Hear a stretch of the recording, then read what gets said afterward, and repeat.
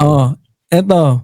Ano yan? Tawid tayo dito kay ano. Eto, medyo, eto, why not? Justice Secretary. Pwede din. Oo. Si Matalino. Usek, yan. Pero alam mo bang ano, ako nag-ano nito ako nag-appoint na ito kahapon kay Usek Clear. Gusto ko lang mang-asar. Pinost ko to, hindi ko naman alam na pipick upin ng ano, ng mainstream. Na ano. Kasi parang, actually kasi, totoo yan. Ikaw yung nag-umpisa nito kasi tingnan mo yung vlog ko nung isang araw yata. Oo. Hindi ko lang sure kung ako yung unang pumick up nung pinost mo. Tapos ginawa ko thumbnail. Sabi ko, pala kaya pala. Pwede nga naman, sabi kong gano'n, di ba? Pwede nga naman. So ngayon is, ayun, ginawa kong thumbnail. O ngayon, umabot na sa media. Hindi ko lang alam kung yung media ang nauna o ako. Pero pwede. Ano, lawyer naman yan. Oo. Oo.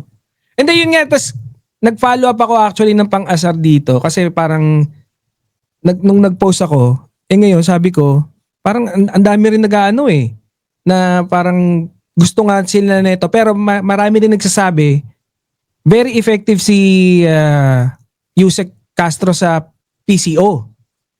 Kaya ang ginawa ko kanina, nag-reshuffle ako. Si Secretary Gidon, si Gadon, Secretary Gadon. Pwedeng i-appoint as PCO pero hindi siya pang Yusek Siyempre secretary na yung position ni ano. Kaya si Secretary Dave Gomez nilagay ko sa ano sa yung post mo. Tourism tapos DOJ si ano. Pero yan naman is kaya naman pinipick up din ng mga media dahil nga posible at maaari. At lawyer. At talagang nakita nila talagang handang dumepensa doon sa mga fake news na mga pinapakalat. Alam niya yung mga batas.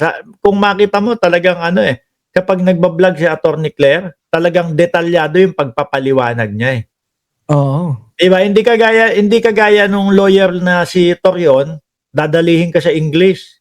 English. Mukhang matalino. Yung pala, wala naman pala doon sa mga sinasabi niya yung ano. Yung isa ding dating abogado na ano na ngayon, doktor na lang. Si Kausing.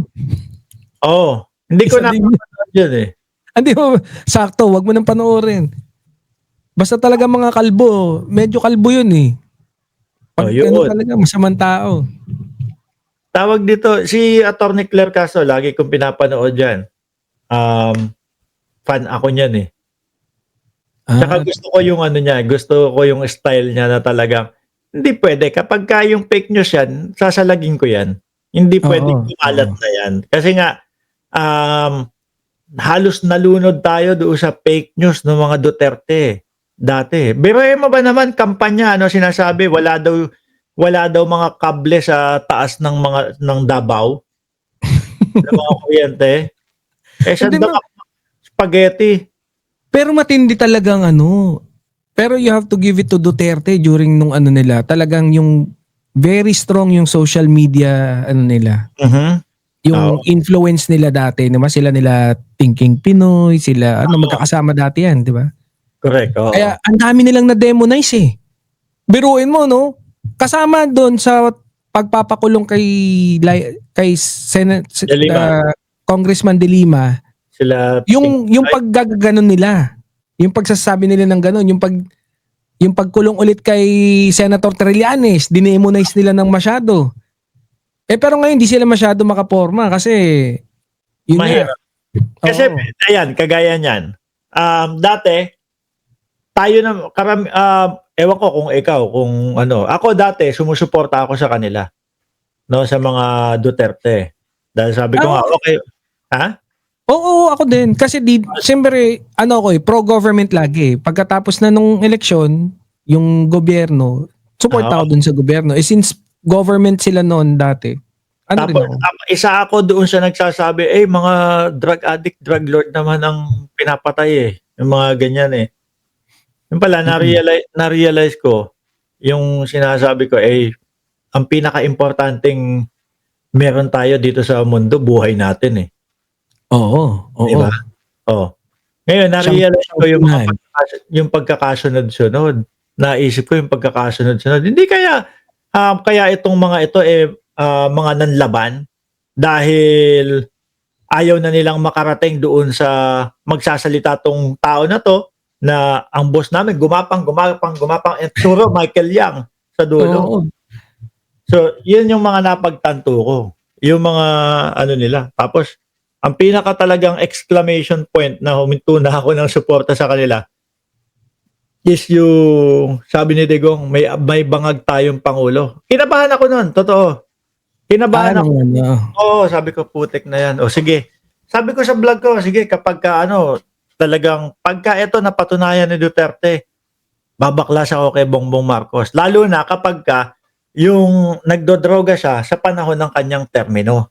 Ang ganda ng kung tutusin, ang ganda rin ng pagkakasalansan ni Duterte ron, no? Yung nung PIDEA, nung mayor pa lang siya, pinakita daw na PIDEA. Tapos kahit kanda kontra na pagsabi ng kung mayor ka pa lang, bakit ng presidente ka, hindi mo na pa rin pinahuli. Pero yung pagkaka-structure talaga ng kwento. Kasi ngayon lang natin nalaman na talagang si Duterte mahilig magtanim ng ebidensya, 'di ba? Yung sa mga pag-amin niya na noon pa lang prosecutor siya, tinataminiman na nila ng ebidensya. Correct. Oo. Andali, pinapasa ko. Alam niyo po kung sino ang susunod na dito? Susunod na guest niya sa Monday ho, mga kababayan. Si Sangkay. Si Sangkay ang susunod. Totoo ba? Next Monday. Ayan na, sinaset up ko na nga Oh. Dapat pala pagka may dapat pala hindi na ako masyadong palatawa ngayon dito. Parang seryoso dapat para Hindi, ayan. Sa mga viewers ko, actually, kung makikita mo yung setup ko, kumpleto ako setup eh. 'Di ba? Ano tawag dito? Ewan ko kung ano to. Kaya tanggapin na mawawala ka na sa gago! 'Di ba? Naririnig mo? Meron akong mga ganyan. Kaya lang, sabi nung mga nanonood sa akin, tanggalin ko, ayaw nila. Kumpleto ako.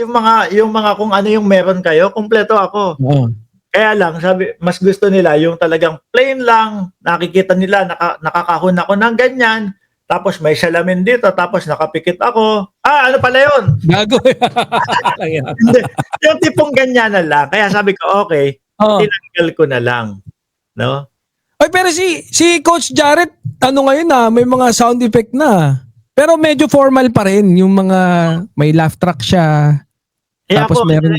Nasanay na ako ng ganun eh. Yung straightforward na lang ng ganito question and answer. Kasi mas... Hindi, gusto ko rin yun. Pagka kunyari may interview ako, actually iniwasan kong pumindot eh.